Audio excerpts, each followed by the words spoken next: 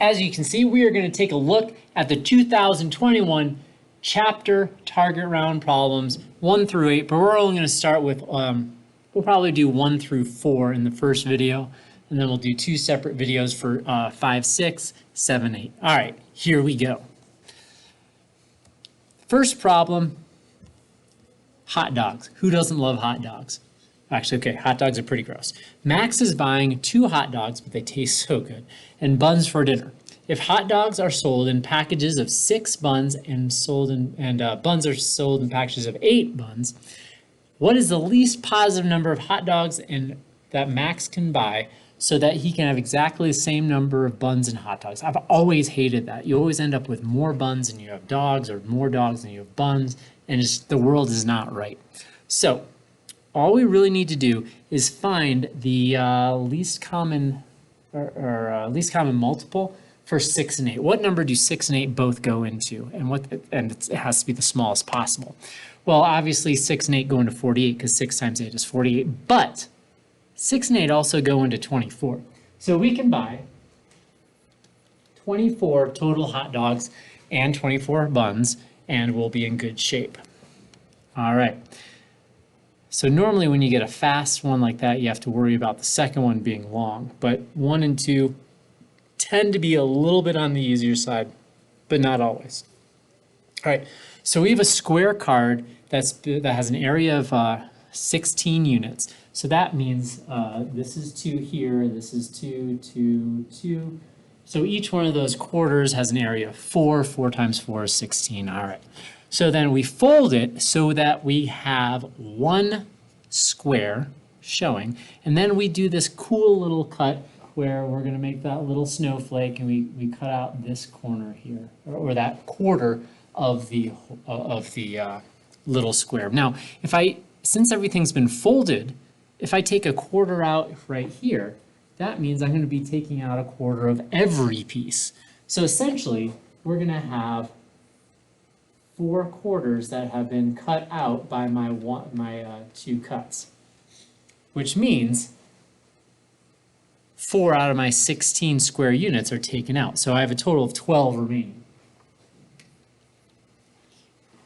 All right, so you feel good on the first 2. That's never a bad thing. All right, for number 3. Cindy has been given 4 chores to complete today: vacuuming, mopping, dusting, and laundry. That sounds like a really fun day. Because Cindy finds doing laundry especially unpleasant, she wants to do that chore last. Given this, how many different ways can she configure her chores? Well, we know that laundry is going to come last, but that gives me 3 other items. Now I have 3 choices here. That means I only have 2 because that first choice is over here, and then I have 1 remaining chore left. So 3 times 2 times 1 is 6. Now that one was really fast, which means I'm afraid number 4 is where, oh geez, things are gonna get a little more challenging. All right, so here we go with this one. All right, so in the dice game 0, a player rolls 6 standard 6-sided dice and then scores points for certain combinations. This feels a little like Yahtzee, as shown in the table. A die cannot be used for more than 1 combination. It gives us an example, and that's just that example in this problem is actually gonna just take more time for us to figure out, because the question is, what is the probability that a player scores 0 on a roll? Express your answer as a common fraction. So to get 0, that means we don't have 3 of a kind. Obviously, that means no 4 or 5 or 6 of a kind. We can't have 3 pairs. We can't have all the numbers being different, and we can't have a 1 or a 5. Oh, well, okay. That means that the only numbers we could roll are 2, 3, 4, and 6. So I only have 4 possible numbers that I can roll in this one. All right, so then I know I have to have 6 total numbers, and I can't have 3 of a kind. So that means the only way that works is I have 2 of a kind. I have 2 pairs, right? So I know that I'm going to have a pair here. I'm going to have another pair and then I'm going to have 2 individual numbers left over, right? So that's sort of the configuration that I'm going to have to deal with to figure out how many different possibilities I have to get exactly 0 points. So, well, let's just go through the possibilities. I'm sure there's a faster way, but to be honest with you, I didn't think of it. So here we go. So I could have 2, 3, 4, 6, just in ascending order. And so that's 2 2s, 2 3s. Now it doesn't necessarily have to be in this order, it's just how many total 2s, how many total 3s, how many total 4s, total 6s. So then I could keep the 2 here, I could have a 4 and my 3 and 6. I can have 2 and 6. That would mean the 3 and the 4 are the individuals. And those are all the combinations with, 2 is the first one. So then I can have 3, 4, 6, and the 2. I can have 3, 6, 4, and 2. And then that only leaves me with 4, 6, and then 3 and 2. So that means I have a total of 6 different ways that I can get 2 pairs and 2 individuals. But now we have to deal with the order, right? So we have now the order to worry about, which means, well, how am I going to do this? So, you know what this reminds me of? I'm going to back up a little bit. This reminds me of those problems where you get a word and it has several duplicate letters. And it asks you to find out how many different ways you can organize that word. So like, showing a connection here. So let's say you have the word lollipop. I think there are 2 L's. I don't know. If I misspelled it, I'm sorry. So how many different ways can I scramble lollipop, the letters lollipop? Well, I can scramble them. Well, there's 1, 2, 3, 4, 5, 6, 7. Okay. In my version of lollipop, there are 8 factorial different ways to scramble it. But in my thing, you have 1, 2, 3 L's. So, and you can move. One L looks the same as the other L, so you can't tell the difference. So then you'd have to divide 8 factorial by 3 factorial. You have 2 P's, so divide it by 2 factorial. You have 2 O's, so divide it by 2 factorial again. So we have the same situation in this problem, but only we have 2 pairs. So, okay, so that means we have a total of 6 different,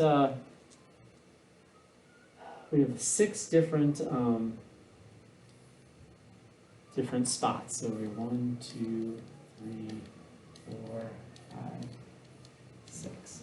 But here's the thing. So that would normally give us 6 factorial different ways of organizing, right? But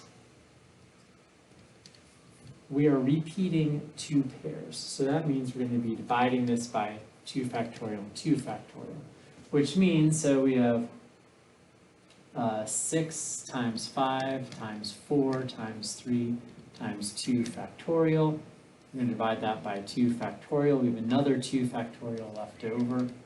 So that simplifies to 3. So really we have 5 times 4 times 3. These cancel out. So 4 times, so it's 20.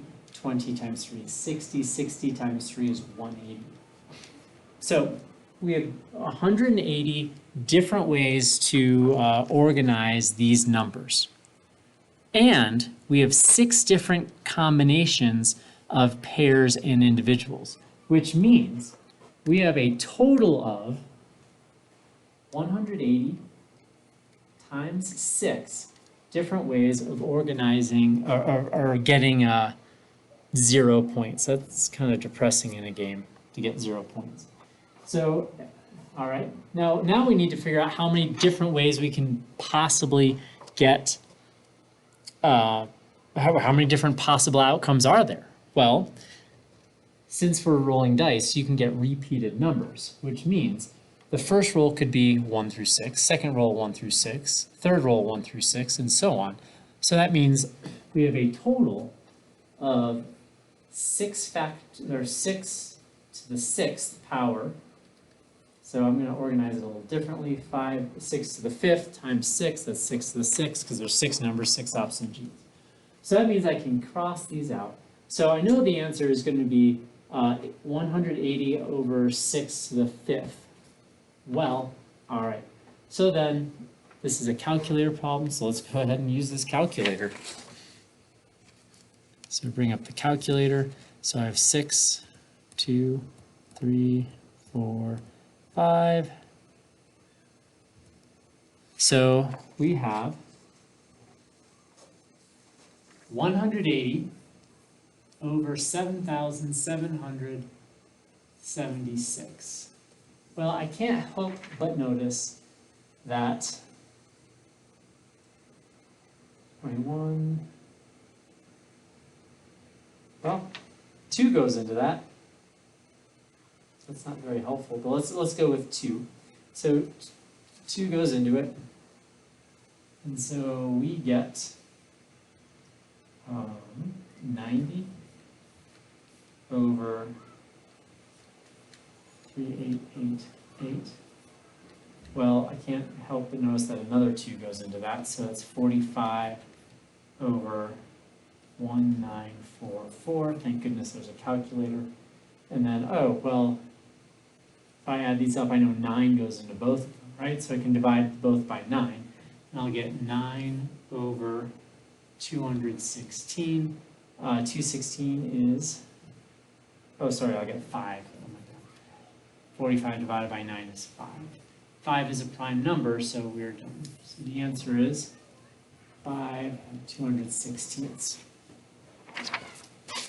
So that one was the first one, like, oh boy, this is a big problem.